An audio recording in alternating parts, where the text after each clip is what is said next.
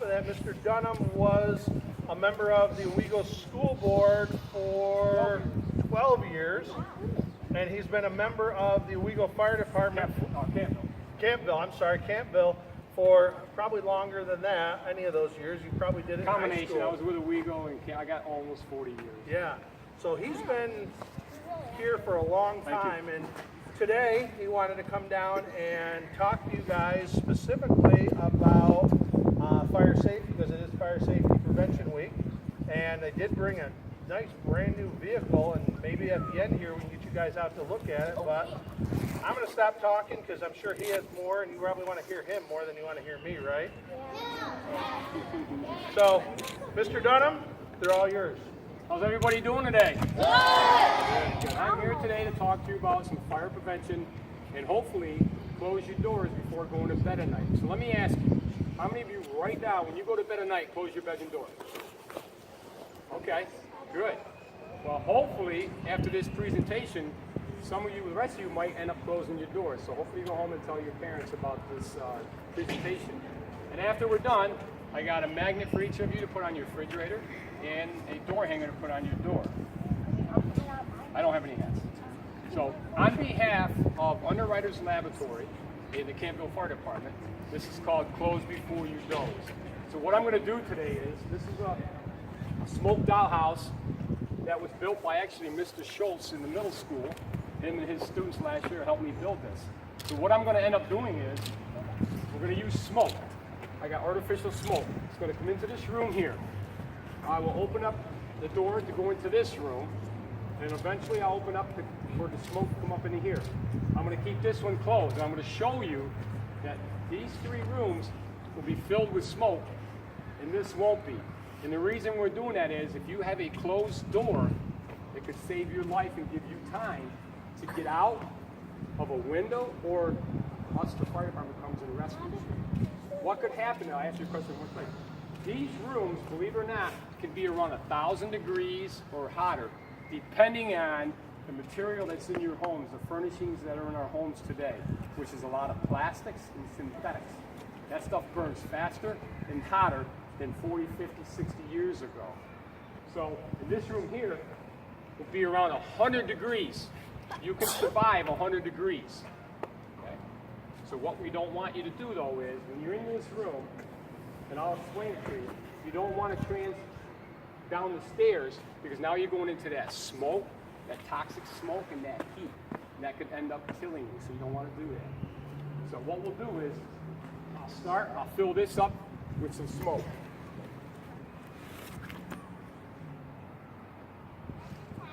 Okay.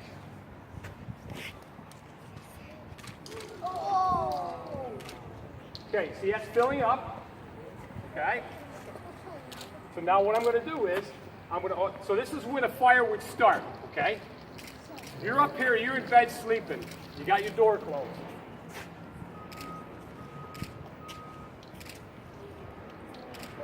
So now the smoke's going to go into this room. One thing about smoke, fire, and heat, it's going to follow the path of least resistance, which is up, right? So what's going to happen is, now this smoke is going to go up. It's filling up this room. It's going to go up the stairs. It's now going to go up the stairs. So now you're sleeping, okay?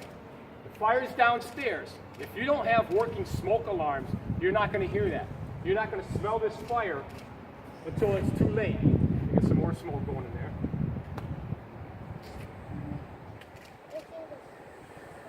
See how that's filling up? Now, can you see in here? Can you see here? So what we don't want you to do is, we don't want you to open your door. See that smoke alarm? That's going to go off, and hopefully you have one of these in your bedroom and one outside in the hallway. This is going to alert you that there's something going on in your house. So someone needs to investigate. So now, hopefully mom and dad or your grandparents or whoever who's at the house with you is going to investigate. I don't want you opening your door. If you open your door and look and you see smoke, you got to shut it. Try to put some towels or something on the bottom of your door to prevent the smoke from coming in. Hopefully someone has called 911. We want you to be close to the window. So when we get there, we can throw ladders up and save you. Some homes have those rescue ladders. Anybody have those in your house? That's great. If you have a rescue ladder, that is fantastic. Some homes, some of you may have it, may have a roof out here, like a porch roof. If you can get out that window and get on that porch roof, that's where you want to be until the fire department gets in. So if you go down in here, you're not going to make it. First, you're not going to see it. You're not going to be able to breathe that toxic smoke. So it's very, very important that you stay in your bedroom and have your door closed. Yes, sir? I wouldn't need an escape ladder because mine is a one-story house. So That's I can great. Just jump out the There you window. go. You can jump. So look what happens now. If I open your bedroom, if you're sleeping at night with an open bedroom,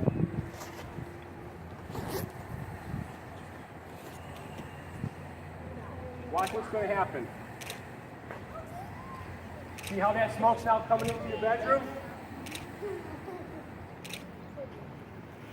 It's going to eventually come in there. Now you have no way to get out. So if you do sleep with your bedroom doors open and you smell smoke or you see smoke, please shut your bedroom doors. And what's very, very important for us as firefighters, if you exit your house, please close your doors. Because what happens is oxygen, which is air, is going to get in there, is going to accelerate that fire. If you can close the doors and shut off the oxygen, because fire needs three things. Heat. What else? No? Heat. Oxygen. Fuel. Okay? Which would be your contents in your house. Okay? So, and you see here now, if you're in that bedroom, you're not going to be able to get out. So now we get there as a fire department, we put your fire out. What we'll do is we do ventilation. So we'll start opening up doors. I'll open up the attic. And then what will happen is all that smoke will eventually go out. But it's very important to close your door. So again, this is a smoke alarm. This is your carbon monoxide. You can't smell, you cannot taste carbon monoxide. You need a carbon monoxide detector in your house, especially with gas. Smoke alarms, we recommend one inside your bedroom, one inside the hallway. It should be one on every level of the floor of your house. How many of you have these right now in your houses? I have one. I don't have Three? Awesome. You don't have one? Okay, you want to make sure your mom and dad can go ahead and get them. Now here's the other question. When do we change our batteries? Every year. At around this time. If you put new batteries in this time of the year, next year you want to change it. But I want you to check them at home. I want you to push this down.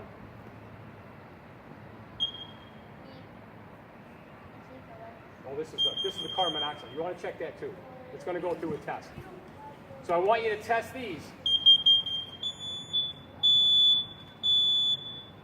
Okay? Very important that you test them and make sure they work. Also, every house should have a fire extinguisher. No, this is a prop I use. You should hopefully your parents can get you at least one of these for your house. You should have one of these in the house because a lot of times kitchen fires. We get a lot of kitchen fires. Okay, good. If you don't have one, talk to your mom. They're not real expensive. They're fairly reasonable, but you definitely want to get a fire extinguisher. Who has any questions?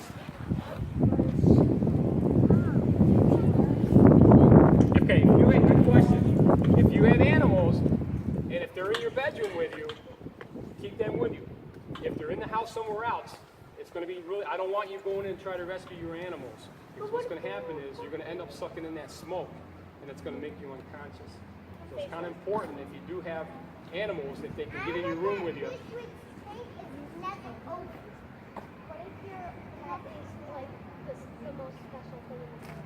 Every pet's special to us. We all love our pets. That's why it's important if you can have your pets sleeping with you in your bedroom. But if they can stay in your bedroom, that would be great. Again, that's going to be up to your parents. My sister, her door is broken. Okay? And it can't close all the way. Okay. So if there's ever a fire, will the smoke Yes, it would. So hopefully she can get into another room, or hopefully she can smell that smoke before it gets to her bedroom and can get out some way.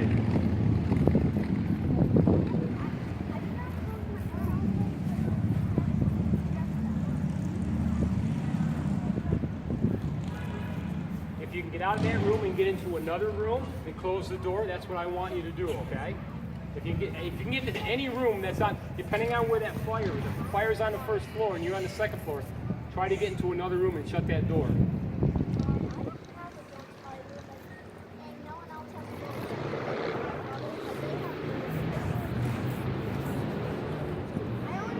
The best thing to do is try to get close to a window. And if you're on the first floor, if you can get out that window, get out that window. If not, get to the second floor. If you're on the second floor, get to that window and just wait till the fire department, open the window and try to yell to the fire department.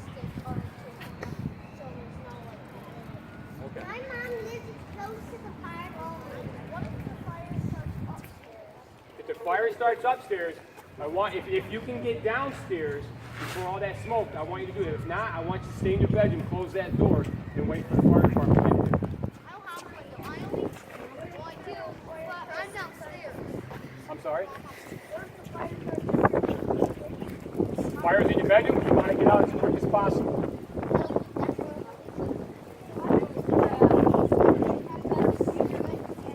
An AC?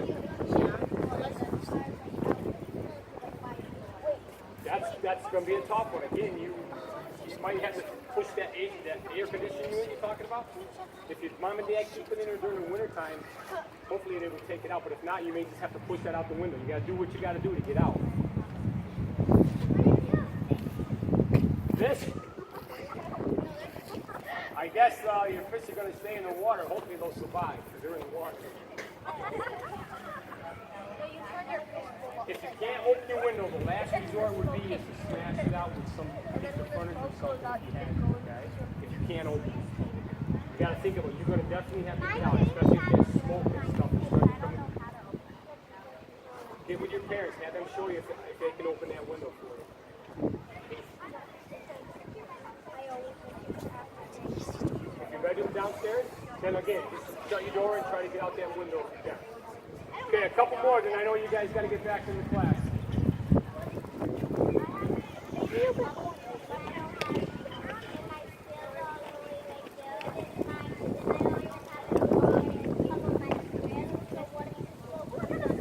You want to get as low to the ground as you can, or try to find somewhere where you get to that you can close some type of door.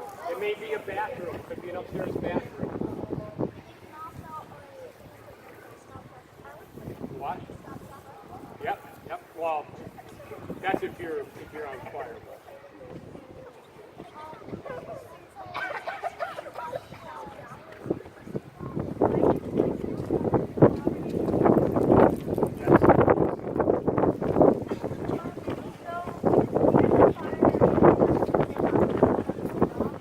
And what on? No, that's not going to affect it. That's not going to affect it. What if your phone already Then you want to get to a window, open the window, and start yelling and scream. Hopefully the neighbors will hear you. Yes, ma'am.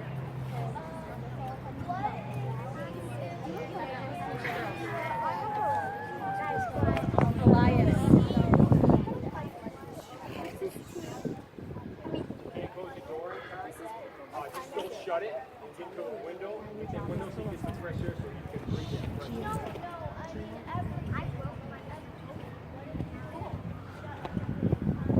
Then try to get out of the house some way. Get out.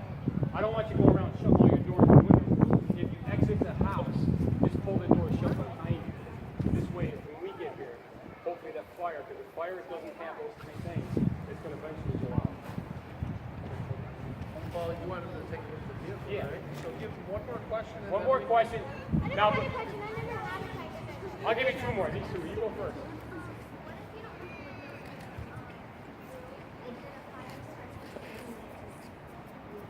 Do you have another room that you can get into that has a window? No? I'd have to see the layout of your house. Just get with your parents and have, everyone should have an escape plan. Does anybody practice an escape plan? I have a basement. I was in the basement. Get with your, I'll get you, get with your parents and have an escape plan in case of fire. Hey, hold up, guys. What happens if you don't have any phone or you can have anything called 911? You have one, or you can't get the or if your neighbors can't hear you, what happens if you yell? Neighbors call us. What happens if the neighbors don't hear you? Do you live near a lot of neighbors, or you live out where there's not many people, or? I live next to one. Okay. Again, this is where it comes into having an escape practice plan. So kind of run through those type of scenarios. Again, it's going to be tough. You're going to have to some way, somehow, get somewhere where you can protect yourself. All right, one more question. Then you, I know where. Son of a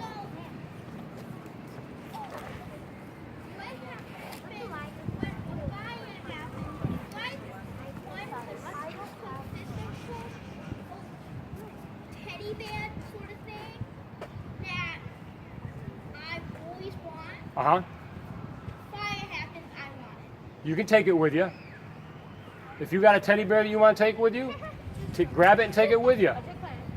Nothing says you can't.